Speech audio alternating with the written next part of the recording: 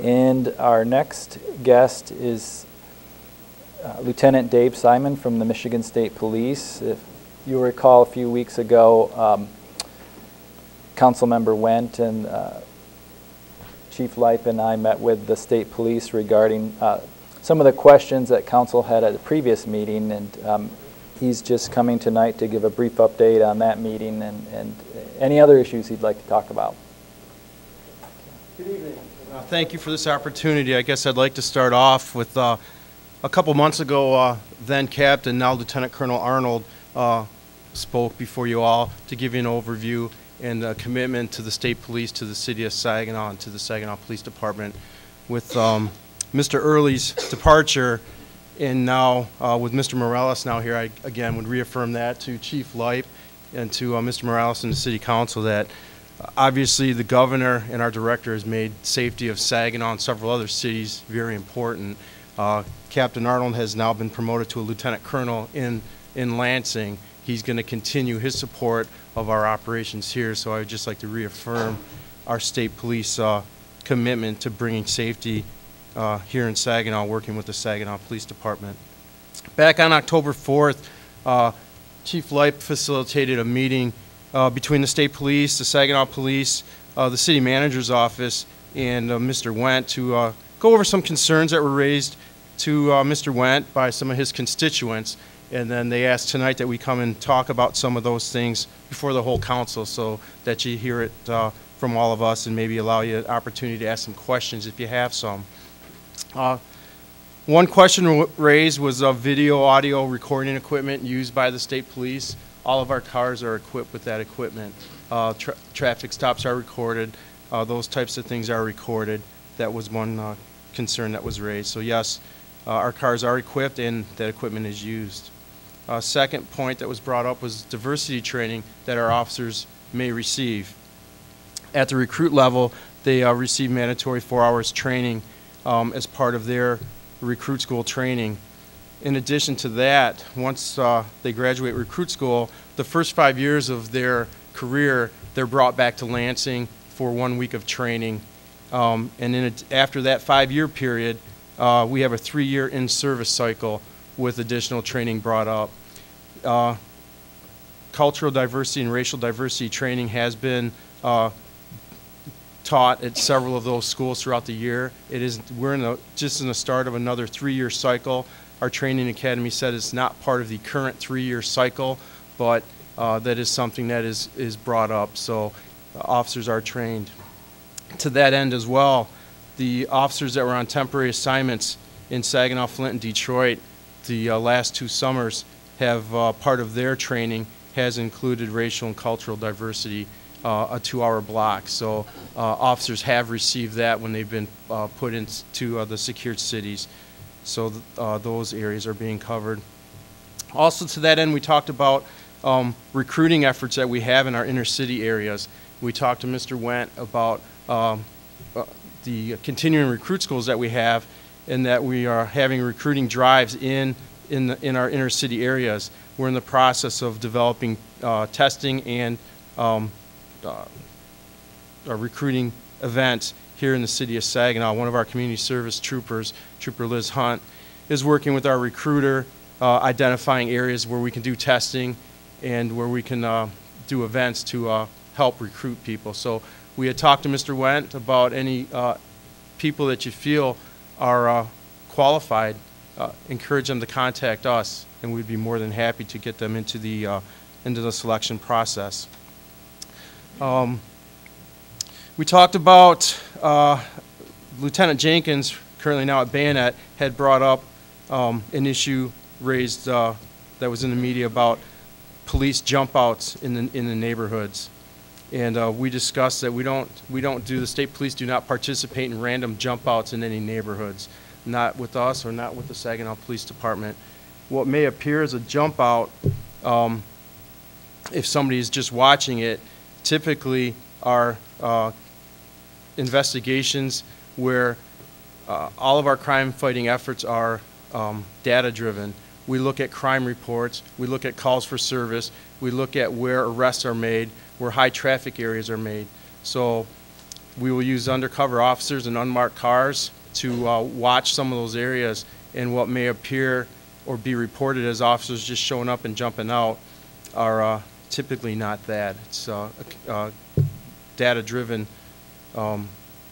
area that we're directing our patrols at.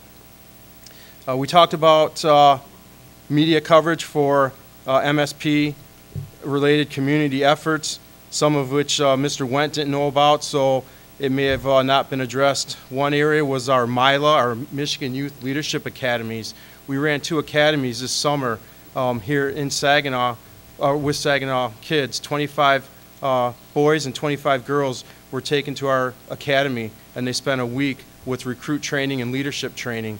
They were selected earlier in the summer and brought down for training for leadership training and interaction with both state police officers, and there's other officers on staff, and we hope to continue that, those positive contacts as they grow and they go back into their communities. So that's one thing that there was some media coverage, maybe something that not everybody has seen. I talked about the recruiting drives, and we continue to work through our PIOs to get that information out. We talked about our data and our crime mapping information, and as we get data reports, we will make a better effort at getting that stuff out maybe on a more regular basis to people and to this council.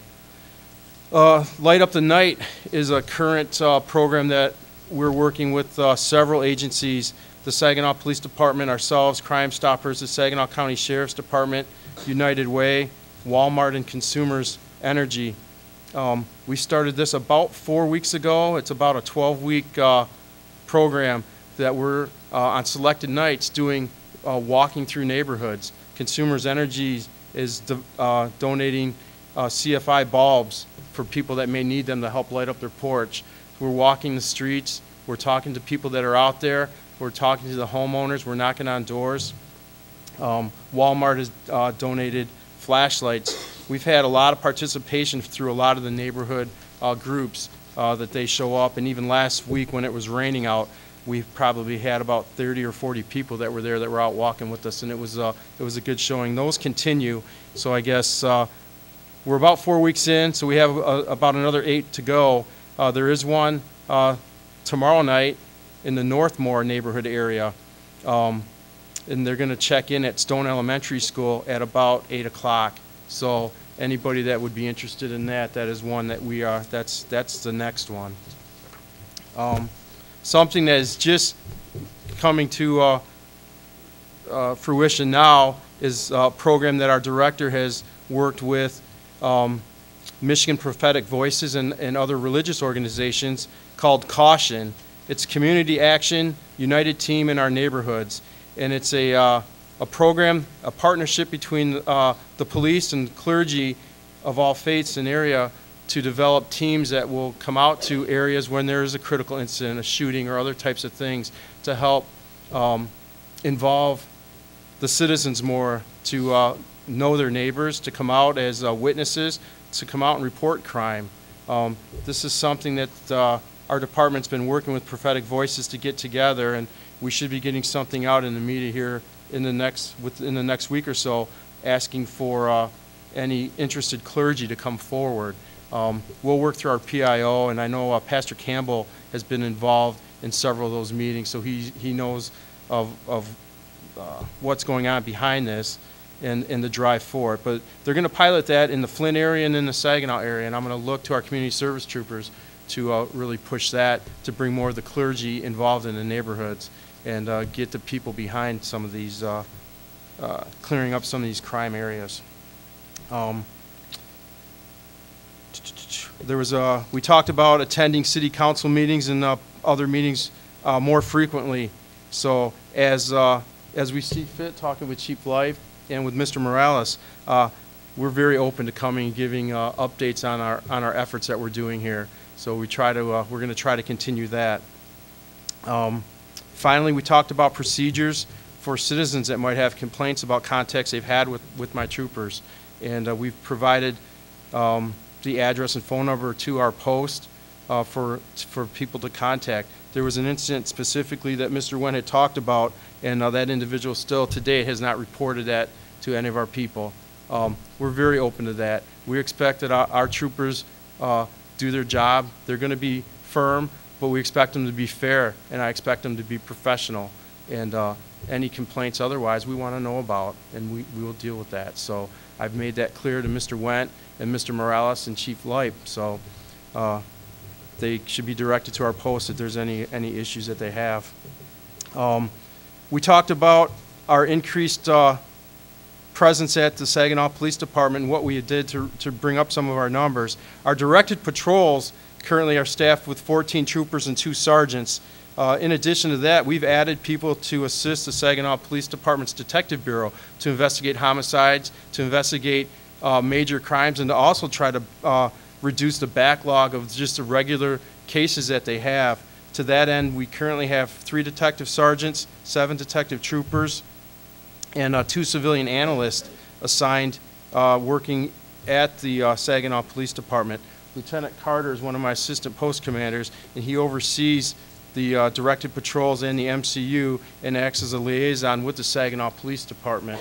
So we're still very involved with that. I guess the one last thing that I was asked to just brief y'all on tonight was our trooper that was shot 2 weeks ago. 2 weeks ago tomorrow would have been when he was shot. He's doing well. I'm happy to report tonight that tonight's actually his first day back to work, and he's patrolling again tonight. He was one of our temporary assignments from another post, although he had worked in this area previously, and it was important for him to come back and work in this area before the end of the month, before his temporary assignment was done, and he reported back to his post. So he's happy to be back. We're obviously very happy and relieved that his injuries were prevented from his vest, and that he's still working here. So that, unless I missed something, Mr. Wen, on the meeting that we had, if there's something else you'd like me to cover, and then we're open for questions. No, I have no questions. I just want to say thank you very much for taking the time to come here to brief the council, but most of all to brief our citizens, because this is broadcast and be rebroadcast again so that they can take a look at what is going on with our Michigan State Police officer and how you're working in concert with our police department, but most of all working in concert with our citizens. I think it's extremely important that there's no misinformation that's being disseminated to our citizens, and that they get both sides of the story, and I think it was extremely important. But I also want to say I'm really glad that the officer is back to work, and most importantly, not back to work, but he's with us here. I know the extreme sacrifices that every officer, no matter what uniform they wear, they take every single day that they work here in the city of Saginaw or anywhere in Michigan. And it's very concerning that we have people that want to do good to make sure our citizens are protected, but they're in harm's way. And thank God that the vests was there and protected him, and that he's able to come back to work. But most of all, that he's going back to his family, and that's really important to me. And I'm glad, because I was coming back from work and I saw the sirens, I saw the strobe lights, whatever you want to call them. And I knew it wasn't good, and I found out later on what happened. So big prayers for everybody, and I just want you to continue your work in protecting our citizens, because we need every available cop from whatever agency to make sure that our citizens are protected. So thank you. Thank you. Mr. Mayor Pro Tem. Thank you, and I certainly want to thank you for the Michigan State Police and for your involvement in the city here. And of course, you hit a nerve with me when you talk about the youth and the youth academy. We had graduates, both the young men and the young ladies, who participated in that, and what an excellent program. I hope we don't lose sight of those young people. I hope there's something continuing in the future that we can continue, because that's our leaders. I mean, they're right back into the community, and I hope that we can do something with them, and I'm sure I'm not aware of what's happening, but that's okay. That we continue to work with those youth and keep them in the positive path they are. So thank you very much for all you've done in the city.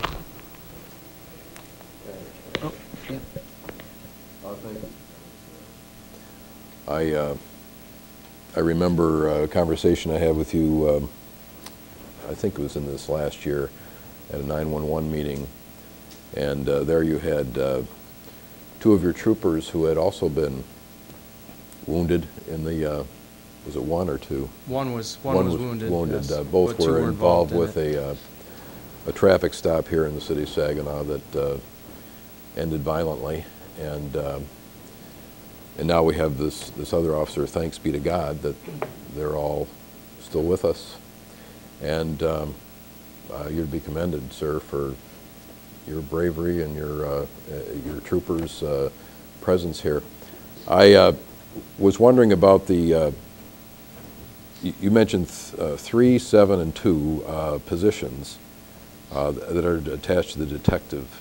What are those again? We have three detective sergeants that are assigned there, 7 detective troopers assigned there, and they're in various, we have some that are assigned to the homicide investigations. We have 2 that are assigned to, I hate to say a cold case, but more of a warm case type team where they're looking at not the most recent crimes, but not in the real past. And then we have a couple that are assigned just general detective duties, the everyday backlog of cases that the current Saginaw police detectives are overwhelmed with. So that's where those assignments are. In addition to that, we have 2 civilian analysts that help track reports and track crime, and they put a lot of those numbers together for us. They're also available for other agencies as well, but they